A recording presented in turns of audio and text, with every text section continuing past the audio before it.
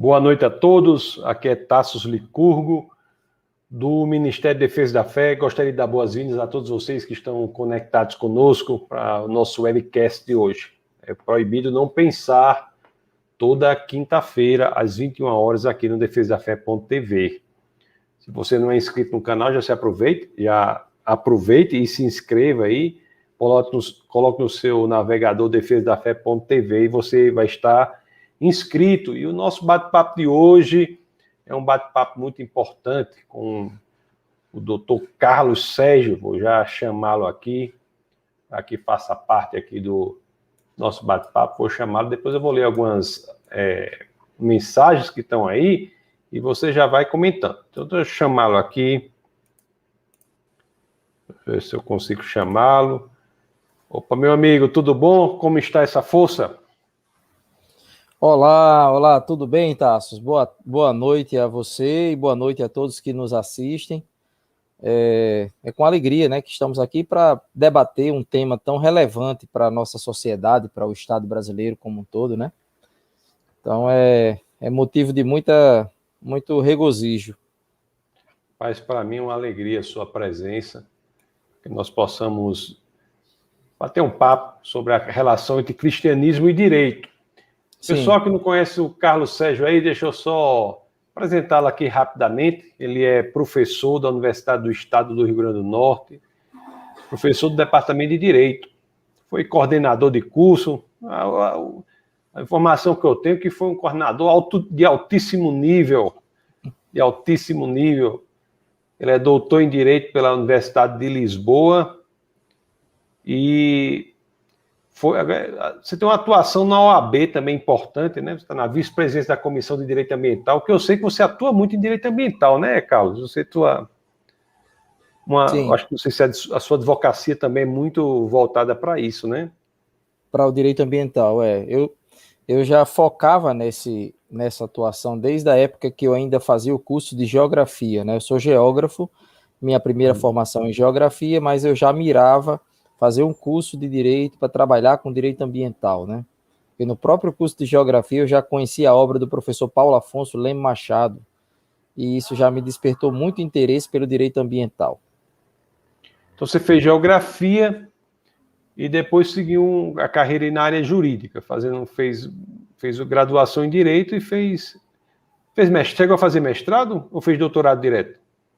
Fiz o mestrado, né? Assim que eu me graduei em Direito, eu me casei, fui morar em Pau dos Ferros, passei quase 3 anos morando em Pau dos Ferros, né? Tive uma oportunidade de, na cidade, atuar como advogado, fui também secretário municipal de tributação lá em Pau dos Ferros, e quando surgiu uma oportunidade para fazer uma especialização, eu fiz uma especialização ainda enquanto era secretário de tributação. Depois teve uma oportunidade de ingressar no mestrado, na minha primeira seleção eu passei, vim fazer o mestrado aqui em Natal, e já consegui a minha transferência, no momento que eu fui chamado para a universidade, eu acabei vindo para Natal, né, sendo lotado no curso de Direito da UERN Natal, e concluí o meu mestrado já para pegar o embalo, já emendei no doutorado, né? Só que o doutorado em Portugal, ele não é um doutorado como aqui no Brasil, que tem um prazo muito curto, né, para você finalizar, até porque tem as exigências, né? São no máximo 4 anos. Lá em Portugal, o meu doutorado foram 7 anos, né? Não porque eu quis, mas é porque o trâmite normal do doutorado lá é com esse tempo, né? Rapaz, isso aí é um doutorado bem apurado mesmo, né? Isso aí. Foi um doutorado bem... Verdade. É apurado. Você teve lá com um grande nome, né, do direito lá. Sim. Alguns dos grandes nomes aí, constitucionalistas. Quem foi? Foi o Bonavides? Foi com... Não, o meu orientador lá na Universidade de Lisboa foi o grande constitucionalista, né, muito querido aqui no Brasil, que de vez em quando está por aqui, que é o professor Jorge Miranda, né? O professor Jorge Miranda, que é lá em Portugal festejado como um dos pais da Constituição. Na verdade, ele é aclamado como o pai da Constituição, mas ele como uma pessoa muito humilde que ele disse que pode ser considerado um dos pais, porque a Constituição tiveram várias pessoas contribuindo, né? Mas é um grande nome. Eu tive também a satisfação de ser aluno do atual presidente da República Portuguesa, o professor Marcelo Rebelo de Souza, foi meu professor de Direito Administrativo, e outro professor que eu admiro bastante também, que eu passei a admirar, eu não conhecia, mas que ele tem também uma grande projeção aqui no Brasil, é o professor Paulo Otero, conhecido administrativista, e foi meu professor de Direitos Fundamentais também, muito bom. Pessoal, vocês estão vendo aí que o Carlos Gugel é altíssimo nível. Antes da gente entrar aqui, meu querido, na questão do nosso bate-papo sobre cristianismo e direito, deixa eu só registrar a presença de algumas pessoas que estão nos acompanhando. Nós temos aqui o Luiz de Barros, está lá de Diadema, São Paulo, da Graça e Paz. Seja muito bem-vindo, Luiz. A Gilmara também está dando a paz aqui a todos. A Elizabeth Andrade também está lá de Parnamirim, da boa noite. Sejam muito bem-vindos. Carlos Coelho também está nos acompanhando. Pela foto do Carlos, aí você já vê que ele é da militância na advocacia, né? A foto dele aí, a foto dele não é, o homem só não está apenas vestido de advogado, mas como está com o fundo aqui o fundo da fotografia de OAB, né? Da OAB, é verdade. Temos o Marciano Medeiros, que é seu colega também, advogado. O Ricardo Rodrigues, essa família abençoada aí, viu, Sérgio?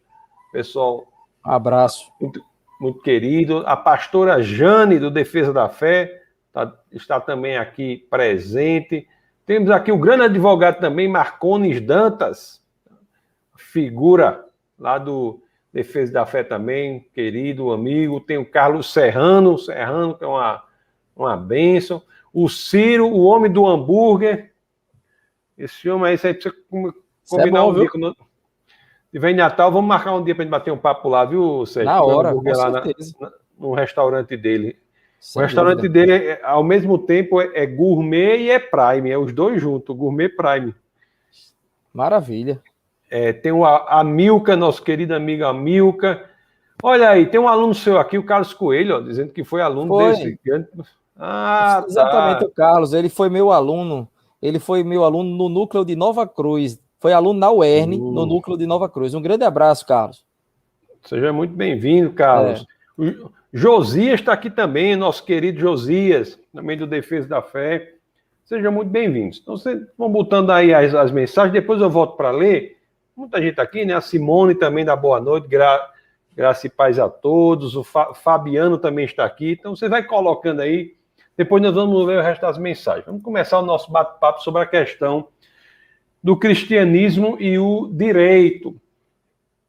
Professor Carlos Sérgio, me diga uma coisa, como é que nós podemos fazer essa correlação? Né? Porque nós vemos a sociedade ocidental, tem todos esses valores, e qual é a relação que nós podemos, de forma introdutória, estabelecer entre o direito, os conceitos fundamentais do direito e o direito, os conceitos fundamentais do cristianismo e o direito nas sociedades ocidentais? Bom, esse é um tema muito instigante, né? E a nossa civilização, né? A civilização ocidental, de uma maneira geral, segundo uma reflexão trazida por um grande professor e juiz no estado de São Paulo chamado José Renato Nalini, ele traz uma discussão no livro dele, que ele diz que a civilização ocidental é conhecida como a civilização cristã. Então, por mais que alguém queira negar a influência do cristianismo no direito brasileiro, não há como, né? Porque as instituições no Brasil, elas estão bem sedimentadas, não apenas na doutrina, mas em toda uma estrutura estatal, né, que tem como base o cristianismo, né?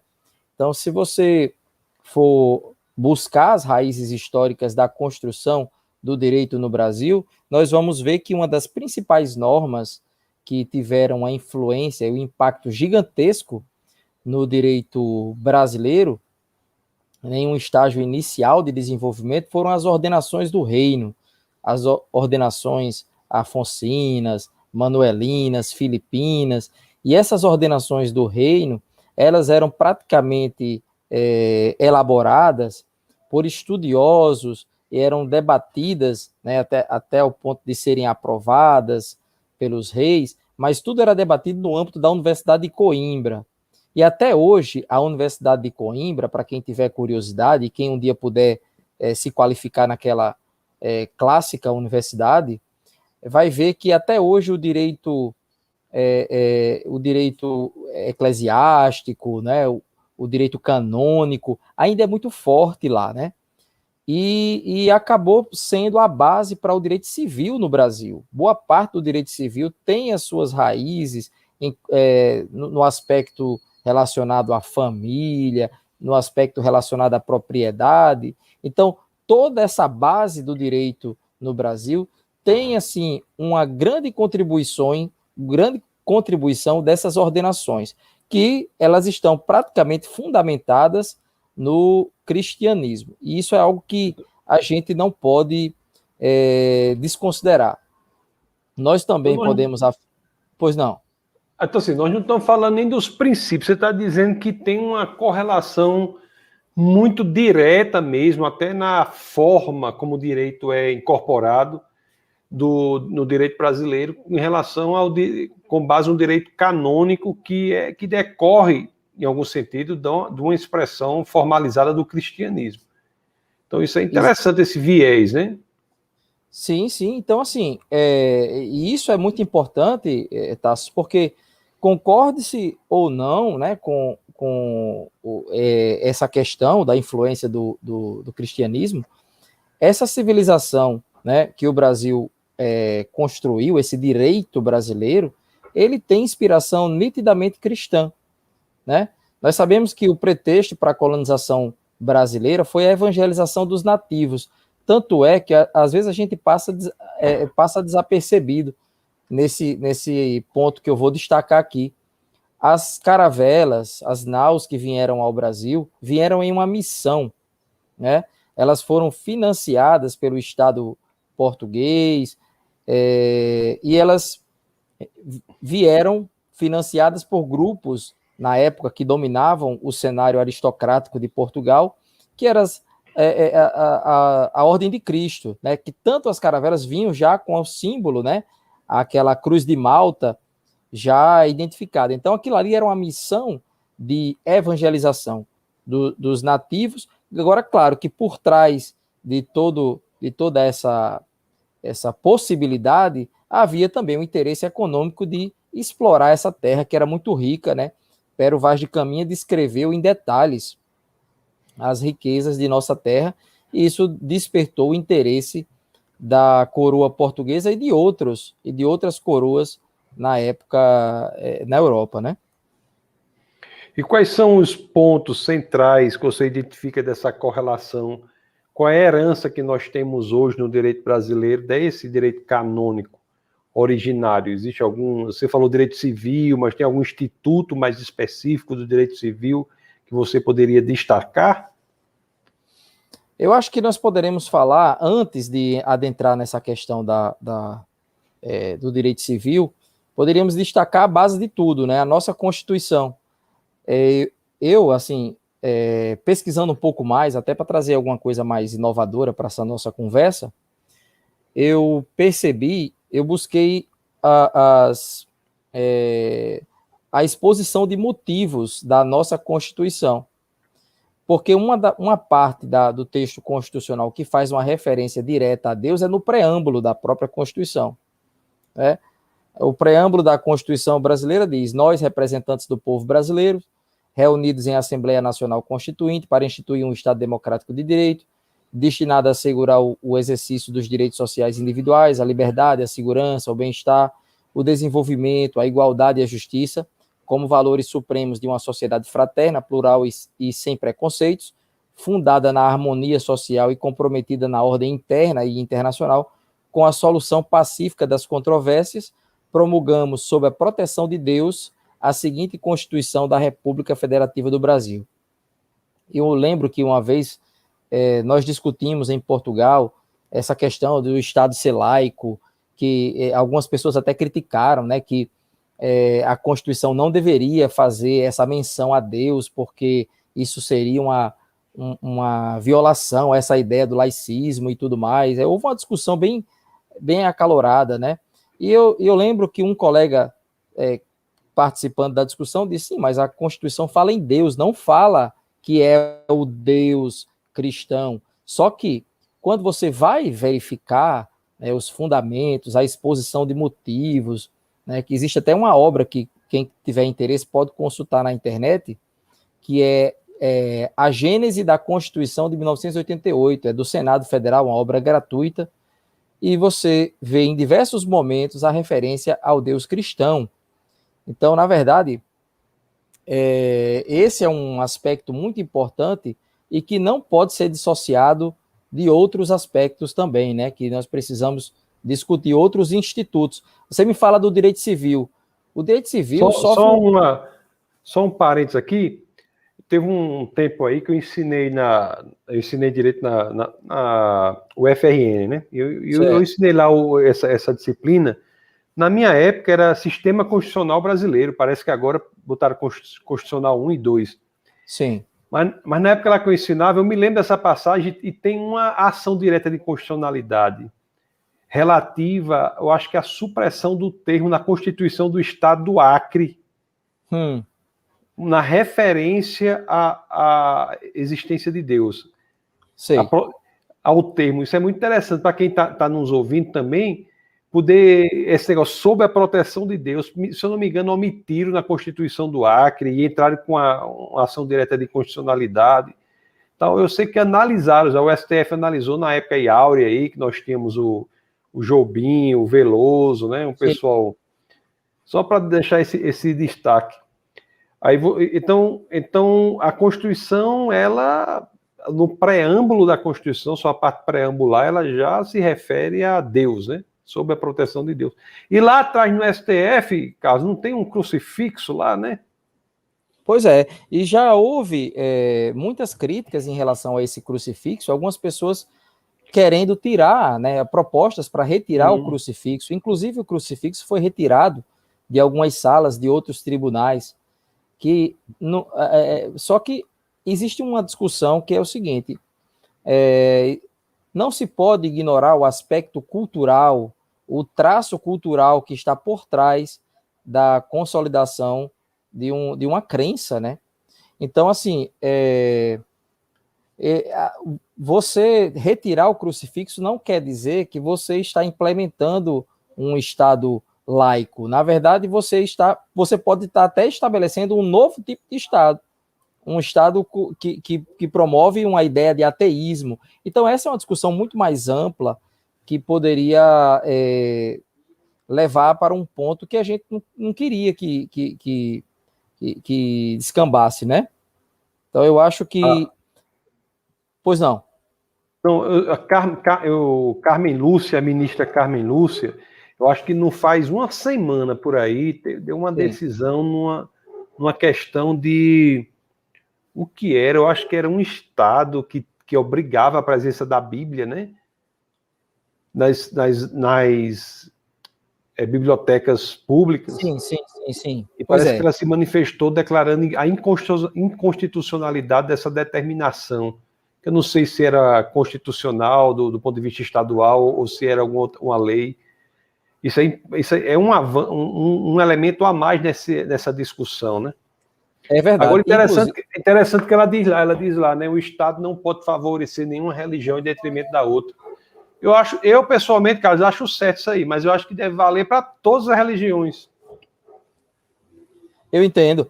Não, eu acredito que há outras formas de você reconhecer os valores do cristianismo, mais do que um símbolo, né? Mais do que um símbolo, o importante é você implementar os valores fundantes, porque o cristianismo influenciou muito a base dos direitos humanos. Porque se você for analisar a origem dos direitos humanos, o fundamento, você vai ver que a principal base dos direitos humanos é o princípio da dignidade da pessoa humana. E o cristianismo, ele traz essa ideia de valorização do outro, de respeitar o próximo, de ser alguém, de você ser um servo das pessoas, de você se preocupar mais com os outros do que a si próprio. Então, são valores nobres, são valores, assim, que precisam ser, que têm, assim, uma relevância muito grande no momento em que você respeita o direito de propriedade, no momento que você respeita a família do próximo, no momento em que você não cobiça a mulher do próximo, nem as coisas do próximo, como está no Decálogo, né? Então, isso tudo trouxe uma influência muito forte também para o direito penal. O direito penal sofre um impacto, recebe, na verdade, um impacto muito grande. A Bíblia, no livro de Êxodo, no capítulo 20, né, por exemplo, dispõe sobre os 10 mandamentos, né, que Deus entregou a Moisés, entre os quais estavam os seguintes: não matarás, e o Código Penal tem um dispositivo específico dizendo a consequência daquele que fizer isso. Não furtarás. O Código Penal tem lá dizendo, há uma tipificação dessa conduta, dizendo o que acontece quando alguém faz isso. Não dirás falso testemunho contra o teu próximo. Também o Código Penal também dispõe sobre o falso testemunho também. Tanto é que quando qualquer testemunho vai prestar, vai participar de um processo, ele precisa prestar juramento, e inclusive se for comprovado que ele está falseando a verdade, ele pode ser preso. Então isso aí é influência do cristianismo também. Não cobiçarás a casa do teu próximo, não cobiçarás a mulher do teu próximo, nem o teu servo, nem a sua serva, nem o seu boi, nem o seu jumento, nem coisa alguma do teu próximo. Então isso tem um valor assim, tão supremo, tão elevado, né, que até hoje os julgamentos, né, e o próprio direito posto, ele tem nesses valores aí a sua base, né? Ele tem tudo isso aí a sua base. É bom também lembrar, né, o que dispõe o livro de Provérbios, no capítulo 3, versículo 29, diz assim: não acuse alguém sem motivo se ele não fez nenhum mal a você. Então é importante, isso aqui é a base para a questão da calúnia, da difamação, né?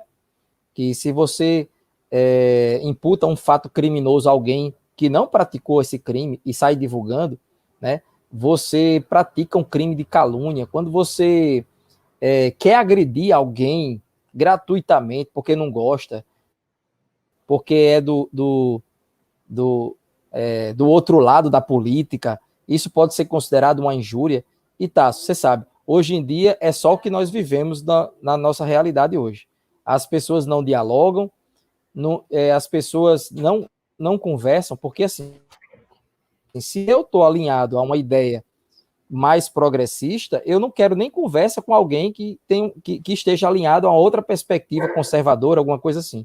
Então as pessoas hoje se xingam, elas não conversam. Seria tão bom que houvesse o diálogo, dissesse: ó, me desculpe, eu gosto muito de você, não tem nada a ver uma coisa com a outra, mas Tassos, eu discordo da sua posição. Aí você diz: meu querido, mas você coloca a sua posição. Não, mas eu entendo. E esse diálogo saudável, a nossa sociedade não existe praticamente, né? E isso traz um prejuízo muito grande à nossa democracia, porque nós não sabemos conversar. Então vamos.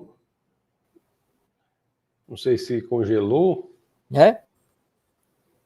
Sim. Oi. Você tá me ouvindo, Carlos? Estou ouvindo. Eu acho que congelou um pouco. Pessoal, bota aí nos comentários, acho que congelou um pouco.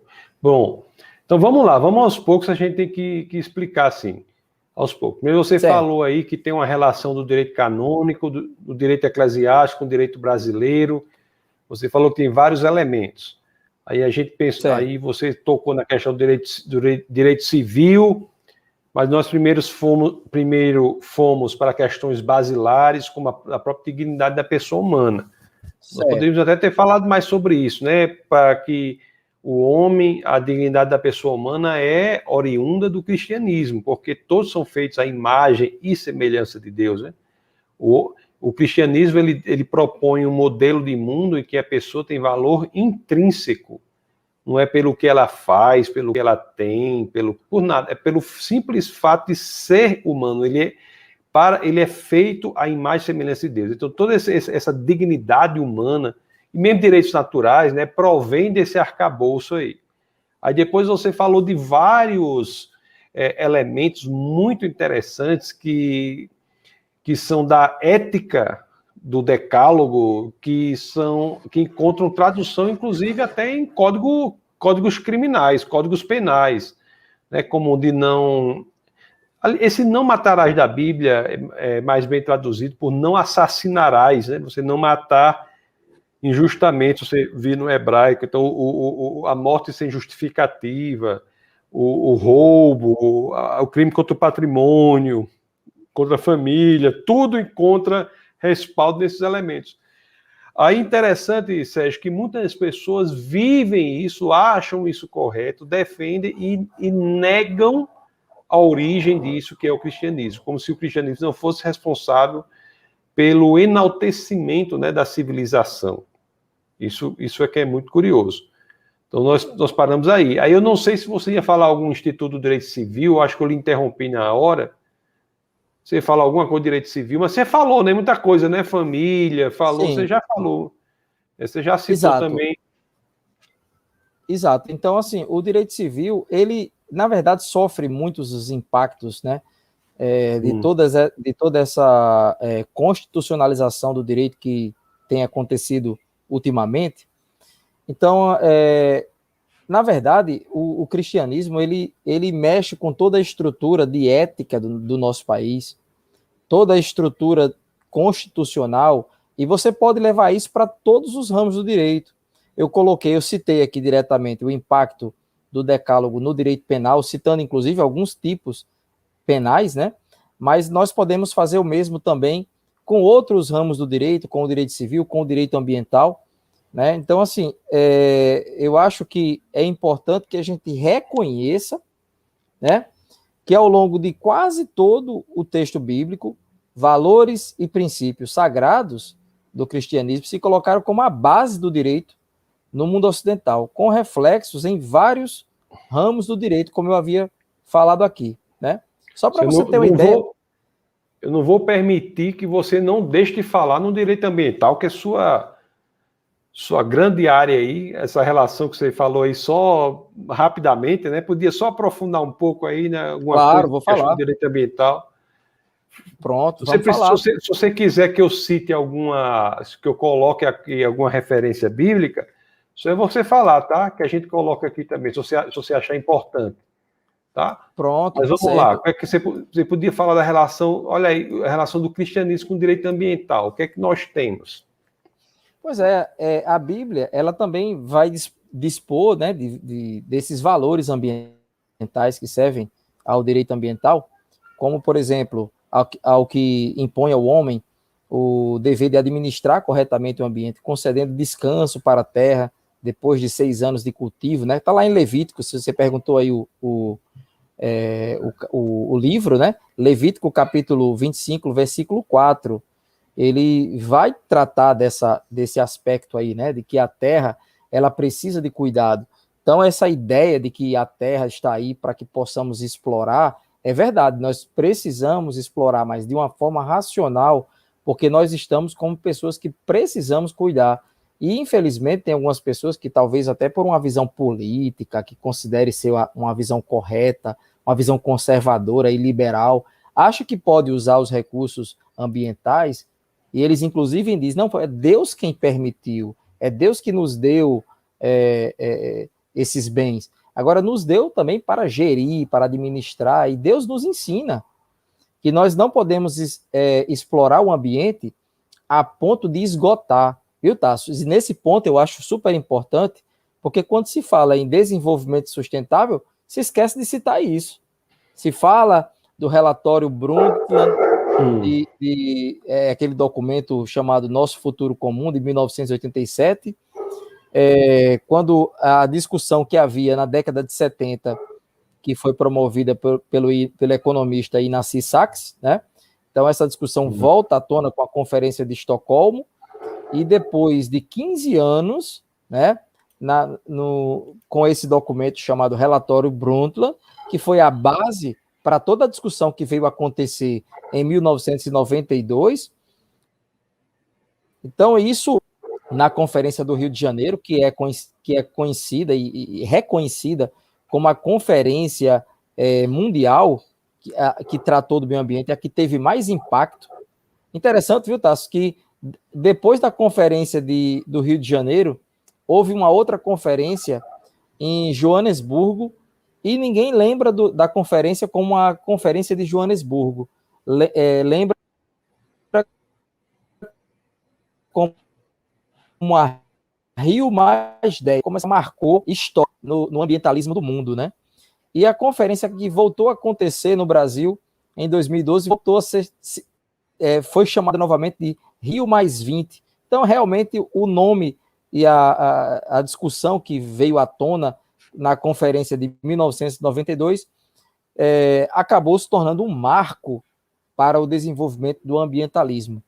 Que, assim, infelizmente, hoje, algumas pessoas consideram que o ambientalismo foi apropriado por alguns movimentos políticos do país. Não é.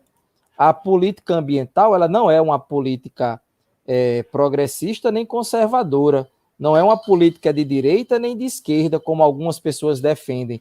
Porque ninguém pode se apropriar de algo que é muito maior do que qualquer rivalidade política. É uma política que serve a todos, né? Então, existe o compromisso pela defesa ambiental, e agora, nesse momento, o Brasil participa de uma conferência mundial, né, discutindo a importância de políticas para o bem-estar climático do mundo, e o Brasil vai lá, se coloca, né, como um país que está cumprindo a sua agenda ambiental, a sua meta, porque muitas vezes vem a comunidade internacional e aponta, porque o Brasil tem muita queimada, porque no Brasil tem muito desmatamento, porque no Brasil tem isso, tem aquilo, mas ninguém reconhece que o Brasil é um dos países que tem a melhor legislação ambiental do mundo.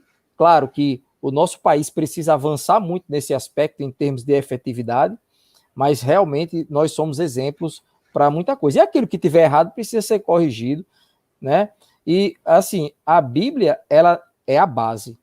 Então, tudo isso que a gente está falando aqui tem a ver com gestão ambiental, tem a ver com responsabilidade ambiental. Porque Levítico 25:4 fala de quê? Responsabilidade ambiental, né? No momento que eu não posso explorar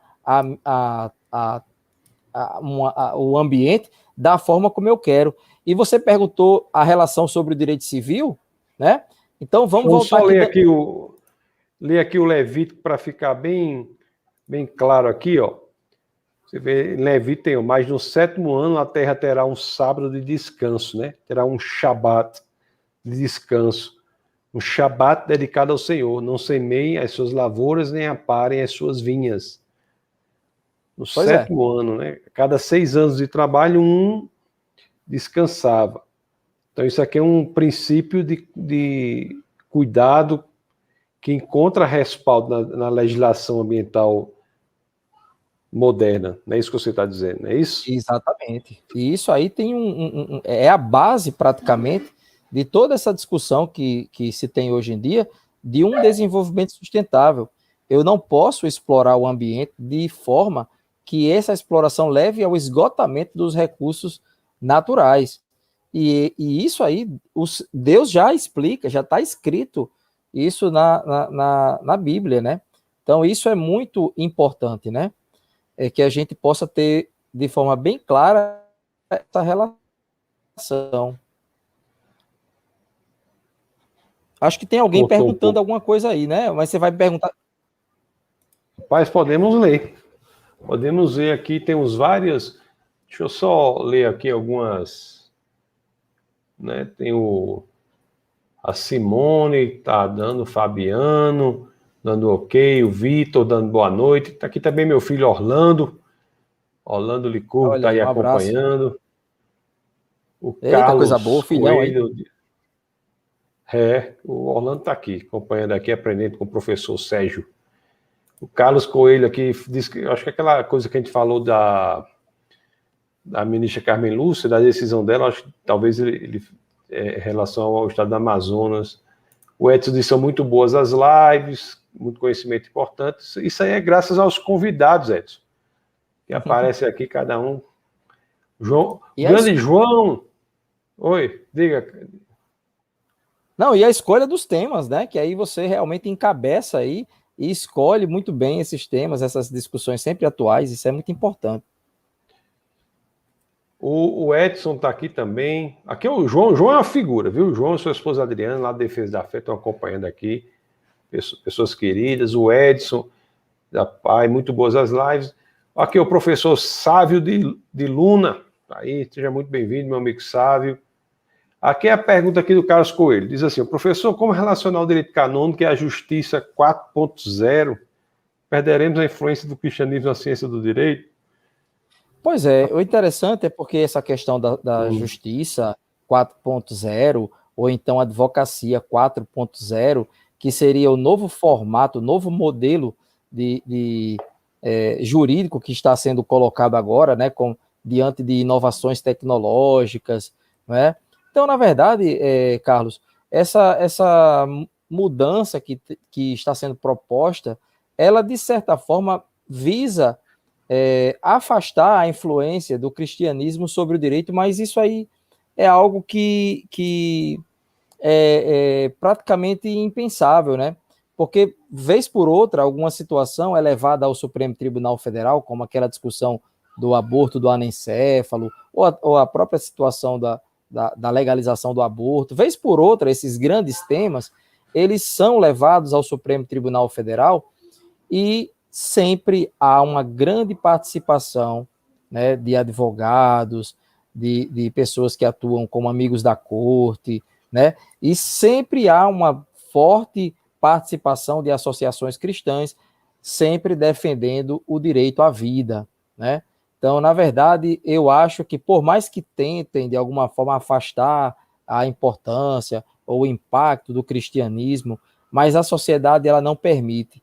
Nós não podemos esquecer que 86% da população brasileira, segundo os últimos dados, né, do IBGE, o último censo de 2010, 86% da população brasileira é cristã, né? Então, 22%, ou seja, esse índice já deve ter, inclusive, aumentado, é composto por evangélicos, né, protestantes, e o restante de católicos. Então, o nosso país é um país predominantemente cristão. Nós sabemos que a predominância de um grupo, né, de pessoas que professam a fé não pode, na verdade, esmagar ninguém, não pode, mas, na verdade, eles também não podem ser ignorados. E a influência que esse grupo exerce na sua atuação, exerce no seu trabalho, nas suas decisões, essa influência ela não vai deixar de acontecer, né? Nós sabemos que os deputados, os senadores, o Estado pode ser laico, né, Tassos? Mas as pessoas não necessariamente precisam ser. Né? O Estado laico é aquilo que a gente sempre diz, não é um Estado antirreligioso, mas é um Estado que permite, né, que as religiões se expressem. Agora, sem incentivá-las em detrimento de outros. É bom um Estado que cuide de outras coisas, né? Deixa as religiões acontecerem. Não fiquem tendo. Não fiquem, o Estado não pode ter uma agenda religiosa, mas não pode proibir que a religião se desenvolva. Nós vemos muito isso.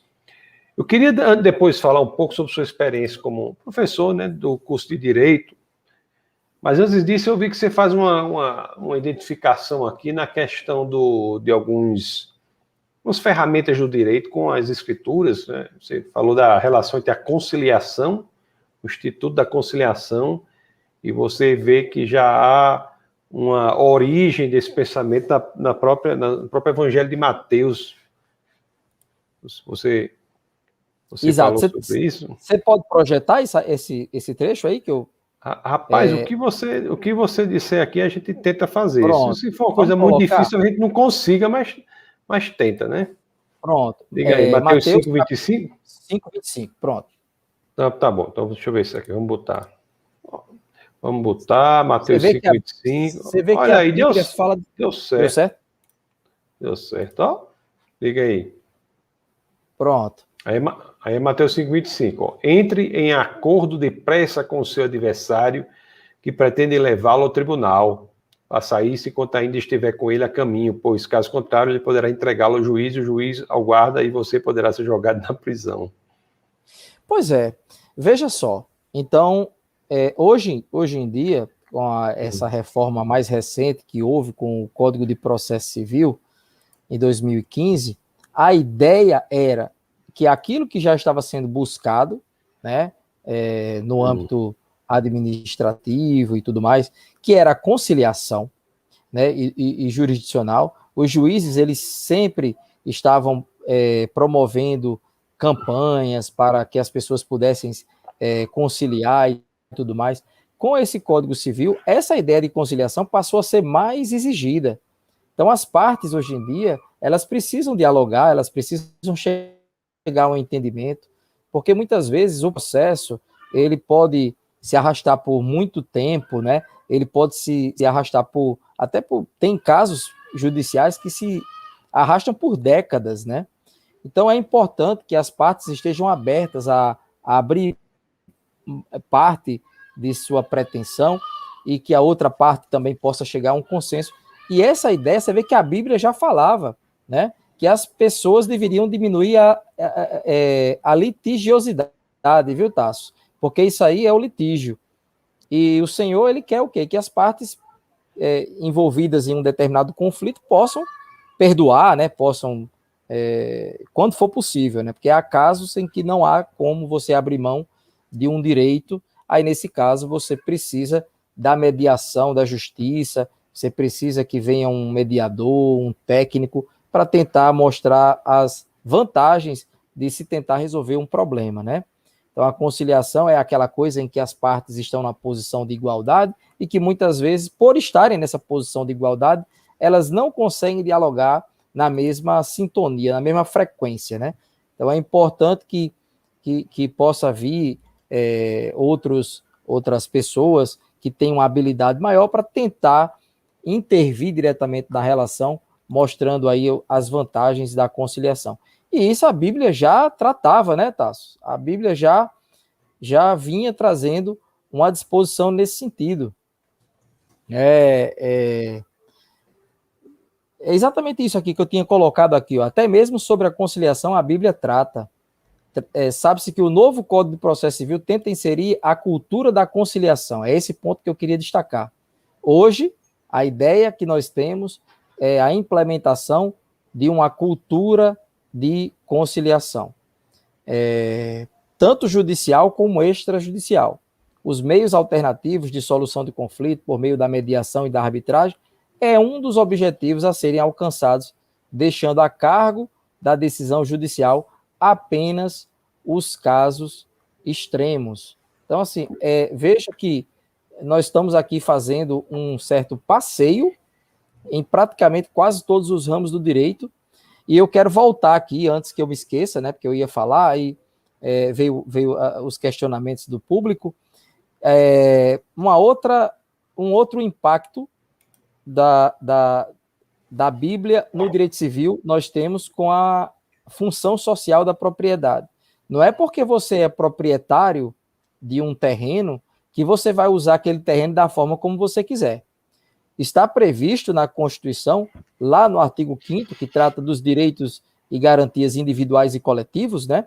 Aquela parte da Constituição, o título 2 da Constituição, que diz que as pessoas têm o direito à propriedade, né? E esse é um direito fundamental de natureza individual. Agora, esse direito, ele precisa ser exercido de forma que haja o cumprimento da função social da propriedade. E aí a gente tem que lembrar o que dispõe, por exemplo, o artigo 182 da Constituição de 1988, né, que trata da política urbana, que vai dizer que a propriedade urbana, ela cumpre com a sua função social quando ela segue as exigências previstas no plano diretor.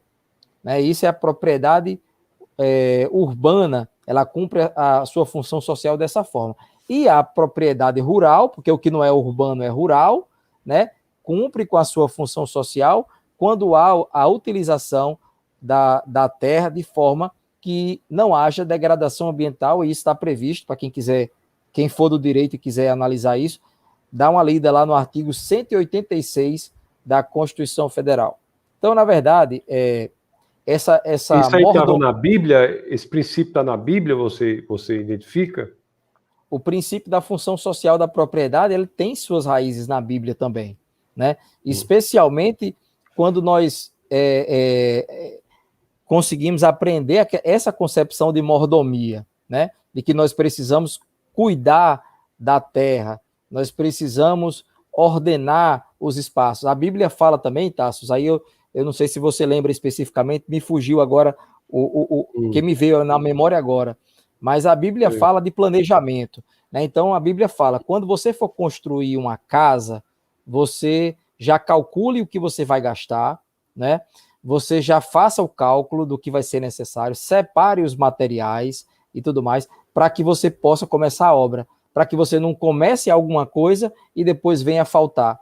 Então a Bíblia, até mesmo de planejamento, a Bíblia fala também, né? Então, nesse sentido aí, quando você, a partir do momento que você cria um regramento para a utilização dos espaços, você está fazendo planejamento urbano, planejamento de uso no meio rural, e tudo isso tem sua base na Bíblia. E eu não estou falando aqui de uma forma assim genérica. Deixa eu só botar Lucas aqui, 14:28. Certo. Achou?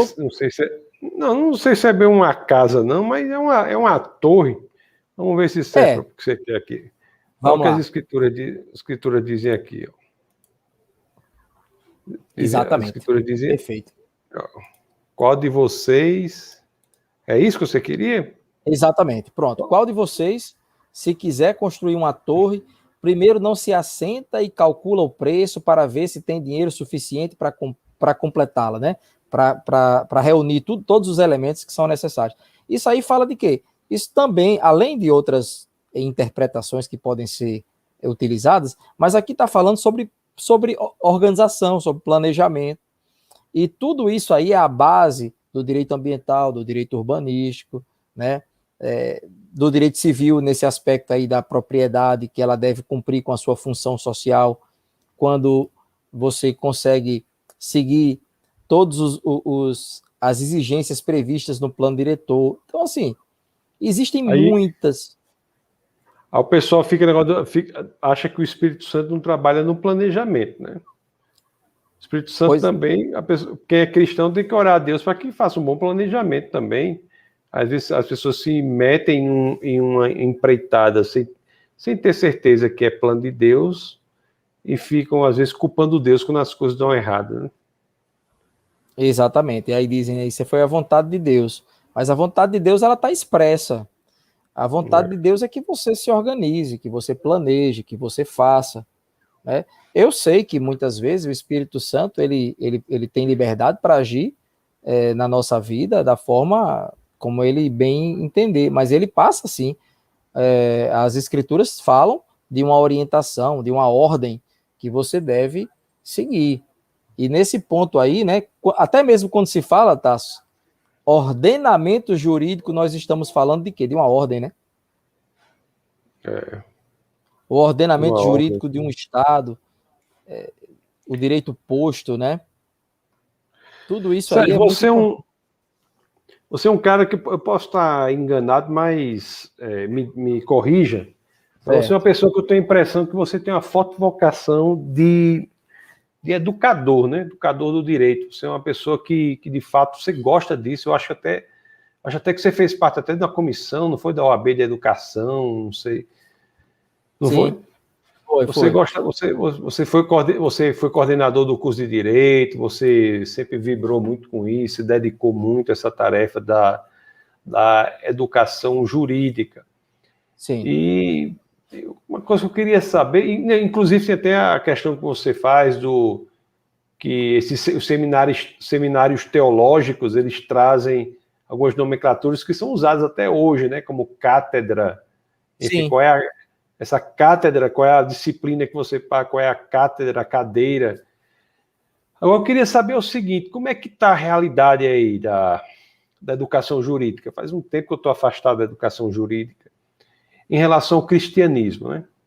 Você está assim, eu tenho sentido que tem um distanciamento, às vezes um anticristianismo crescente no ambiente jurídico. Eu vejo isso, às vezes, na questão da universidade. Eu não sei se é uma impressão minha, eu queria ouvir sua opinião sobre isso aí. Porque, sabe o que eu vou lhe dizer agora também? Nós somos a primeira geração que pensa duas vezes antes de botar o filho numa escola pública, numa universidade pública, na Universidade Federal, por exemplo, ou a UERN estadual. Antigamente não tinha essa dúvida. Todo mundo queria ir para a universidade pública.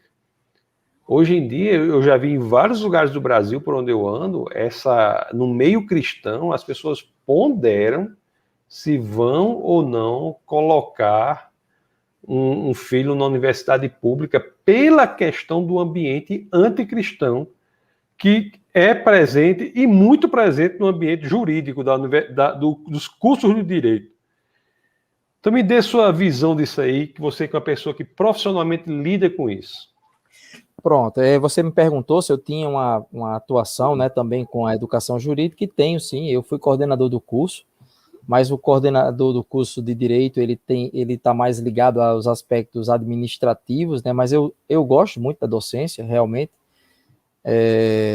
faço outras atividades, mas não deixo a docência, eu gosto de pesquisar, gosto de publicar, eu acho isso muito, muito relevante. Eu acho que não tem compatibilidade nenhuma eu professar minha fé, eu continuar estudando, meditando, tendo fé, né?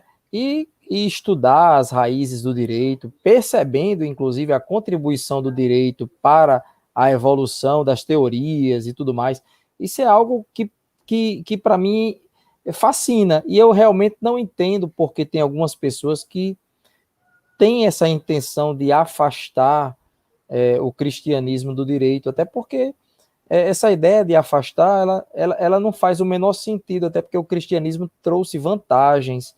Então, se hoje nós temos um sistema de justiça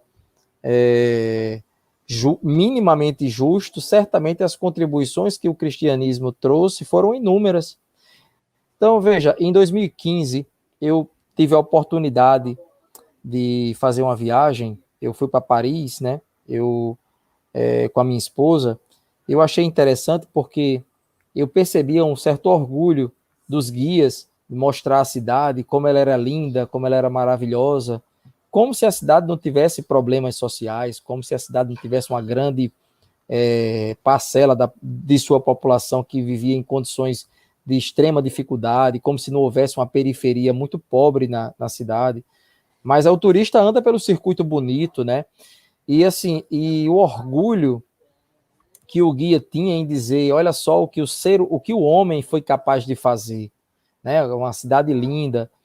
E eu percebi nisso, na verdade, isso gerou uma associação na minha mente entre o desenvolvimento, né, da cidade com a teoria chamada humanismo.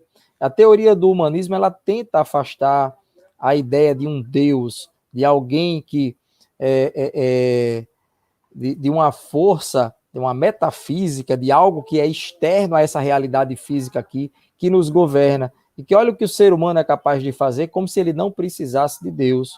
Isso é a leitura que eu fiz da empolgação de todos aqueles guias que mostravam a cidade, né? Quando a gente sabe que aquilo é apenas um rascunho imperfeito da maravilha que Deus fez. Mas, tirando esse aspecto aí, que é a nossa fé, né? Então, eu percebo que essa visão, ela tem se espalhado por todas as áreas, e o direito não é diferente. Então, tem pessoas que, só para você ter uma ideia, já aconteceu de eu enviar alguns artigos cristãos para algumas revistas e simplesmente eles não foram publicados, apesar de serem densamente referenciados. E até outros que não foram tão densamente referenciados, né? Porque eu fiz uma análise mais técnica, mais sucinta, foram publicados.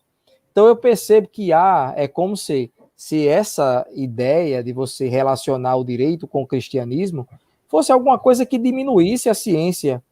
E não era para ser assim, né? Na verdade, como Tasso, você colocou aqui, a nossa ideia não é impor a visão, a nossa fé a outras pessoas. A ideia não é essa, nunca foi. Tanto que quem foi meu aluno na universidade sabe que eu sou técnico, eu sou uma pessoa que eu mostro os dois lados, as duas realidades, eu não me filio a isso ou aquilo, né? Eu deixo que o meu aluno, eu desperto o interesse do aluno para que ele estude, para que ele vá atrás, para que ele possa construir a sua própria ideia e a sua visão de mundo. Eu acho que isso é muito bom, viu, Tasso, para um educador. O educador não é aquele que ignora a inteligência dos alunos e diz, sente aí e anote o que eu vou falar, porque o que eu estou falando aqui é verdade absoluta. E ai de você, se eu for fazer uma prova e eu perguntar alguma coisa e você colocar uma visão diferente da minha.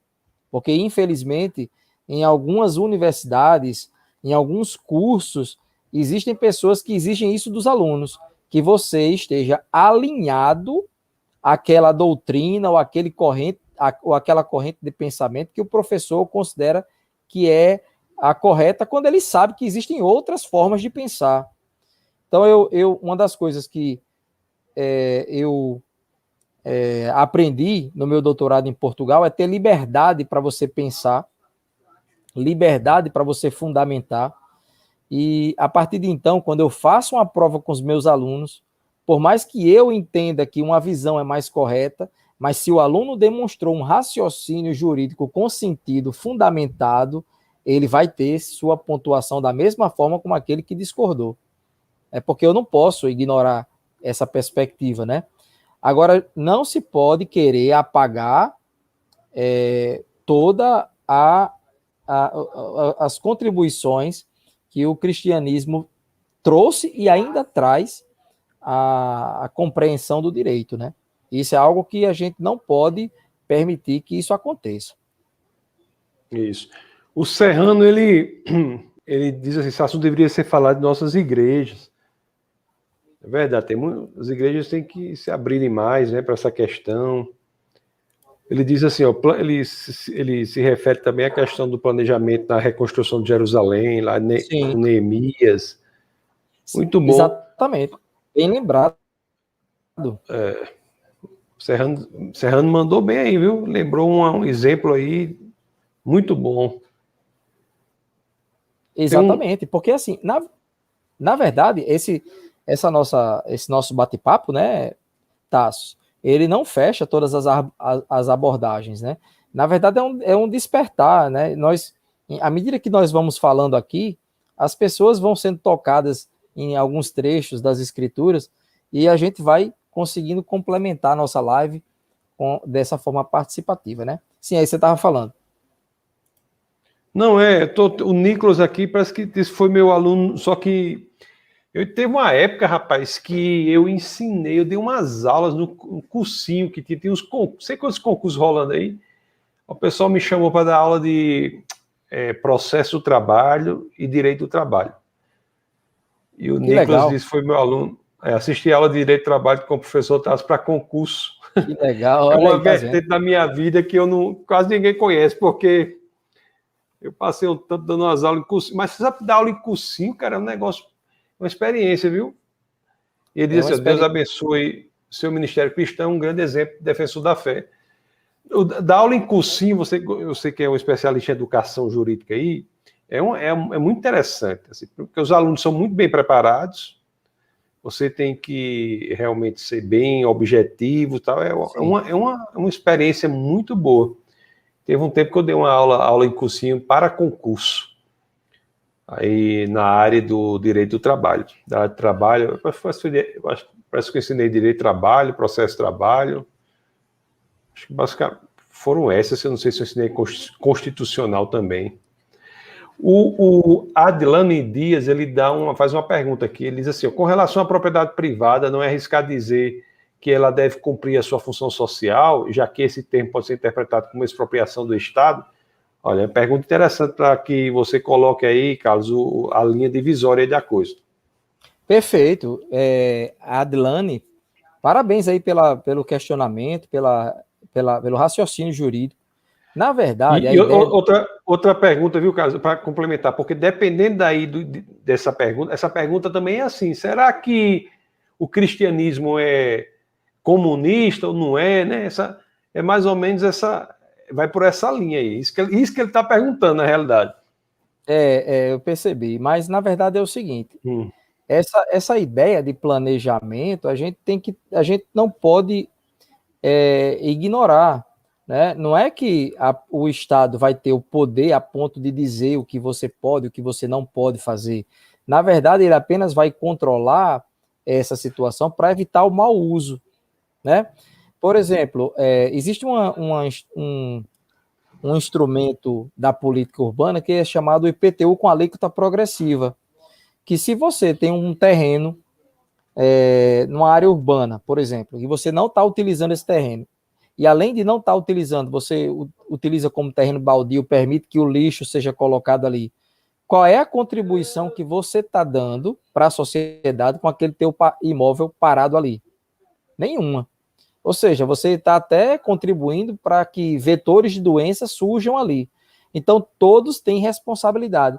Então, não é porque eu tenho o recurso financeiro para comprar um terreno ou para construir um prédio que eu vou construir do jeito que eu quero.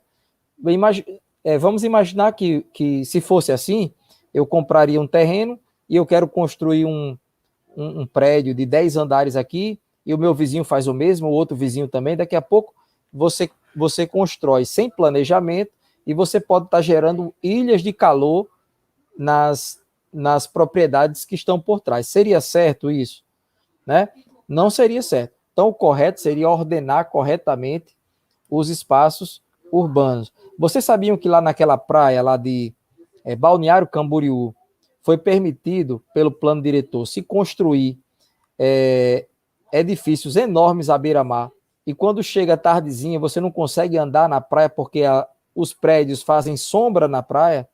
Então, você quer ter um momento ali de sol, quer aproveitar aquele espaço, mas só que há um sombreamento no terreno. Então, assim, se há técnica, se há a ciência que permite ao ser humano estudar e aprender as melhores técnicas e tudo mais, por que não utilizar isso? Em prol de um convívio melhor, né? Em prol de um ambiente mais organizado. Então, a função social da propriedade, ela não prevê a expropriação, ela prevê a desapropriação quando você não cumpre com a função social da propriedade. Mas para que alguém seja desapropriado, primeiramente ele precisa ser comunicado que ele não está cumprindo com a função social da propriedade, que venha uma ordem, por exemplo, para você parcelar ou edificar compulsoriamente, né, a propriedade. Se você não faz isso, você pode receber uma ordem, você pode receber uma alíquota progressiva sobre o imposto predial e territorial urbano, IPTU, e se você mesmo assim ficar pagando o IPTU com a alíquota máxima de 15%, se mesmo assim você ainda insiste em não dar utilidade correta ao terreno, você pode simplesmente perder a propriedade com pagamento em título da dívida pública, né? Então, é um tipo de desapropriação chamada desapropriação sanção. Então, assim, eu não vou dizer para você que isso não é interferência do Estado. Mas eu considero que se não houver um excesso por parte do Estado em termos de regulação, essas intervenções elas são necessárias. E que isso não necessariamente é comunismo, certo? Não é comunismo. Porque também eu não considero que a não regulação seja algo bom.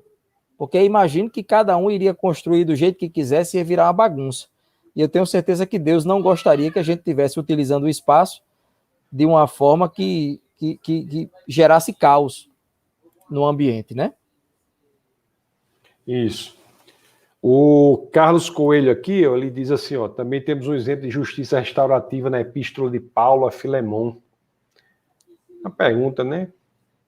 Sim, pois é. Então, na verdade, essa ideia de você restaurar, de restabelecer, de estar aberto ao diálogo, né, Carlos?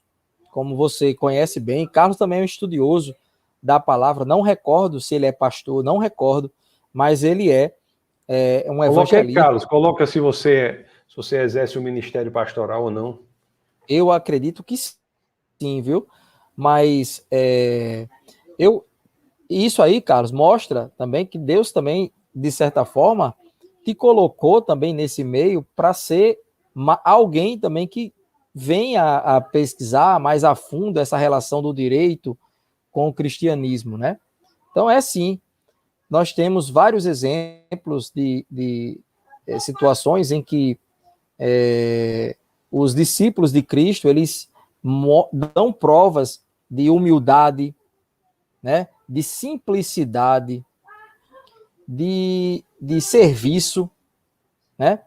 E tudo isso aí é muito importante para a nossa sociedade hoje, que precisa de mais diálogo, que precisa de mais abertura e precisa afastar de uma vez por todas essa relação terrível que nós temos hoje, essa politização, essa polarização que nós vemos hoje. Essa polarização e politização que nós vemos hoje, ela não é apenas no campo da política, é em todos os aspectos. A sociedade hoje ela se coloca promovendo o egoísmo, né, Tasso? Tem muita gente que não se preocupa com o próximo, está mais preocupado consigo, com a sua família, não leva em consideração que a proteção ao ambiente é algo que seja relevante.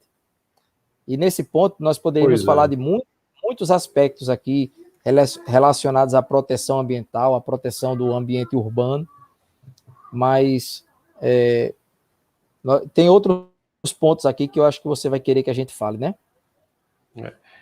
Amigo, muito bom esse bate-papo, né? Que as pessoas estão vendo aí a correlação que tem do direito, que muitas vezes é exercido sem que nem sequer se pense de onde vieram aqueles institutos, de onde vem a ideia de que nós temos que proteger o meio ambiente, de onde é que vem a ideia de que o homem tem valor intrínseco, de onde é que vem tudo isso? E as pessoas simplesmente acham que isso é dado, que apareceu, quando não, isso aí é algo que foi dado, foi oferecido à sociedade pelo cristianismo.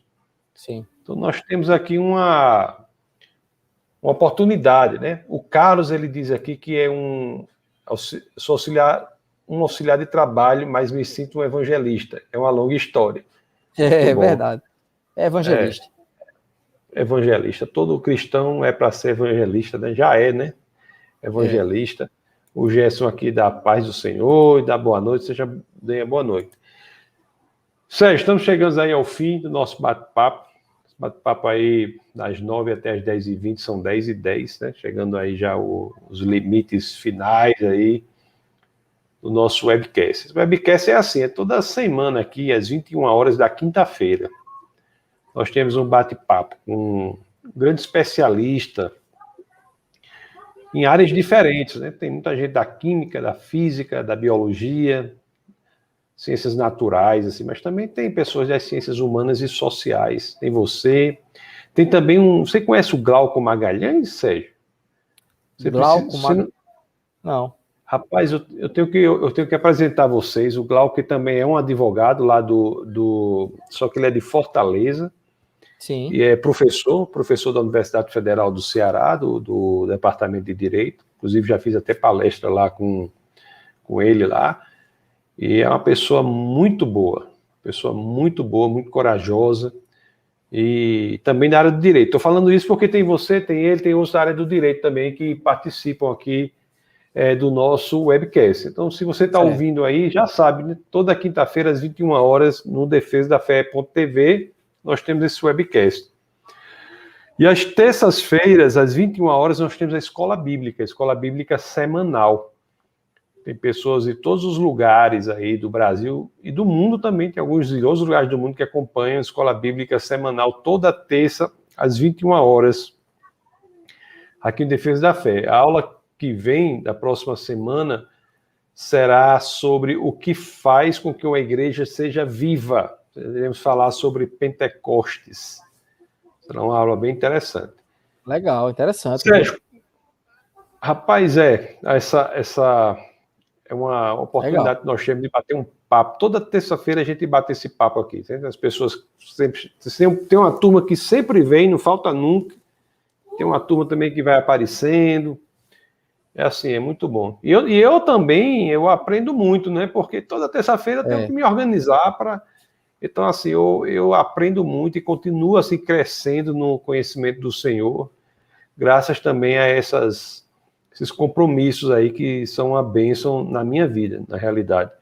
Aqui no webcast, não precisa nem falar que eu aprendo tanto, né? Aprendo tanto com os convidados, como eu aprendi com você hoje, aprendo tanto com tantas pessoas. Muito bom. O Carlos Serrano diz assim, ó, doutor Carlos é alto nível mesmo, viu, Serrano? Um abraço, Carlos, obrigado. O Gerson diz assim, eu vi um pastor pregando sobre o perdão, mas ele disse que podemos perdoar e não conviver com a pessoa perdoada. Isso aí é uma questão, né? Perdoar, isso é verdade, perdoar realmente não obriga que você... Olha, o perdão pode ser imediato, agora a restauração sempre é um processo. O Jesus diz assim, isso não é perdão. Imagina Jesus perdoando e diz a pessoa que foi perdoada e perdoa, mas você nunca mais dá a oportunidade da pessoa. Aí é outra coisa aí, né, Jesus? Aí já é o cara também não querer dar a oportunidade do outro de se aproximar. Mas enfim, isso é outra questão, né, Sérgio? E assim, né, Tássio, o perdão é uma decisão, você decide perdoar ou não. Agora, como você bem falou, agora depois que você perdoa, aí você vai passar por um processo, a restauração, porque você precisa ser restaurado. Você está ferido e você feriu, né? Agora, você precisa tomar uma decisão. Tem gente que racionaliza as coisas e diz, eu não consigo perdoar. Por quê? Porque você racionalizou. Rapaz, decida perdoar. Decida perdoar. É uma decisão, né, Sérgio? É uma decisão, né? Perdoar, simplesmente você diz, olha, tá bom, eu não quero nem saber se você fez mal ou se eu fiz mal, eu te peço perdão e te perdoo. Acabou. Né? Amigo, você tá... o perdão tem uma pessoa que diz assim, o perdão é um assunto muito fácil de se falar sobre ele, só é difícil quando nós temos algo a perdoar, né? Quando nós não temos nada a perdoar, é fácil demais falar... A gente fala com ele... É verdade. Quando a gente não tem nada a perdoar, a gente fala sobre o perdão, dá aula sobre o perdão, e papapá. Mas quando a gente tem alguma coisa para perdoar, aí fica mais difícil. Tem um escritor aí que fica mais difícil, é verdade. Fica mais difícil. Sérgio, gostaria de lhe agradecer muito, amigo, por sua presença, por sua disponibilidade. Eu sei que o seu tempo é corrido aí, por ter aceitado a este convite e ter participado da nossa live aí. A palavra está com você para as suas palavras finais.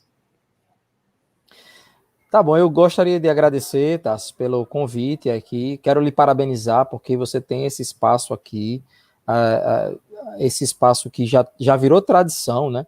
Tradição para as pessoas que te conhecem, para as pessoas de diversas igrejas. É um ministério muito importante. Nós estamos falando de um tema super relevante e que, infelizmente, há um tabu em relação a esse tema no direito, e é por isso que eu topei estar aqui, né? Porque eu não poderia me furtar a participar de um momento como esse, em que eu preciso trazer aqui a relevância do cristianismo para o direito, os diversos impactos que o cristianismo traz para o direito, para as decisões do Supremo Tribunal Federal, para as discussões que estão acontecendo no Legislativo, para as decisões que são tomadas no Executivo. Então, assim, foi uma alegria. Eu me coloco à sua disposição para, sempre que for necessário, discutir um tema relacionado a meio ambiente, a direito, ao cristianismo, ao que for que você achar necessário, eu estou à sua disposição.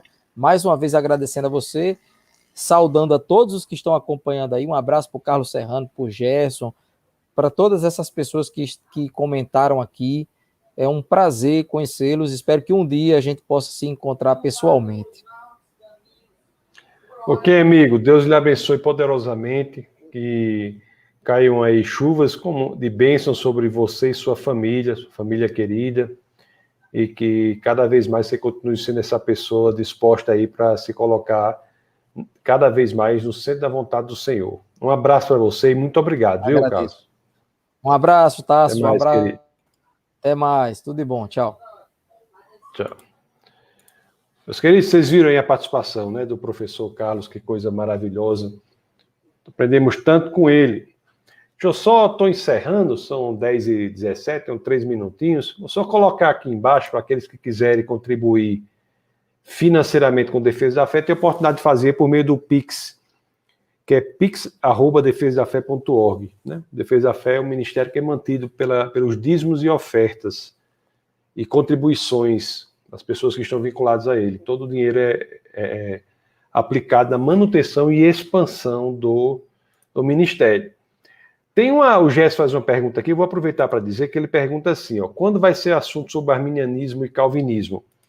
Defesa da Fé, Gerson, é um ministério pentecostal, né? Nós somos arminianos e mais do que isso, somos molinistas.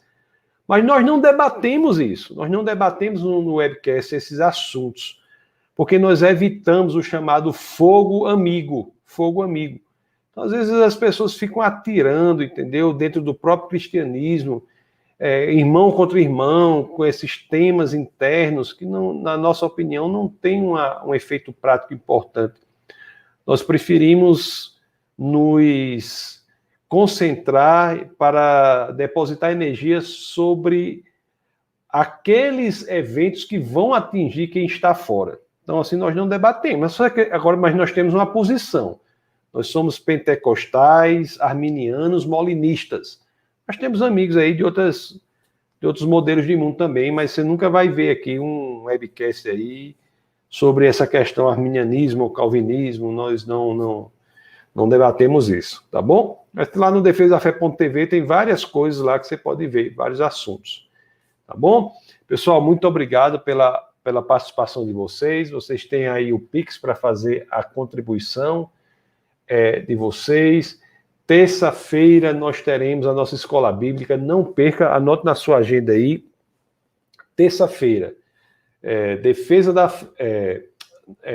a escola bíblica semanal sobre o tema o que torna a igreja viva. Nós iremos falar sobre Pentecostes, Atos 2, né, o livro de Atos 2. Tá bom? Se você não segue o Instagram do Defesa da Fé, siga, porque essas informações são colocadas lá. É o @Defesa da Fé. Vai lá no Instagram e segue, porque lá estão as informações dessas aulas, Defesa da Fé. Tá bom? Então, que Deus abençoe a todos poderosamente. Foi uma grande alegria estar aqui. E nunca se esqueçam, aqui no Defesa da Fé é proibido não pensar. Um abraço a todos e fiquem na paz do Senhor.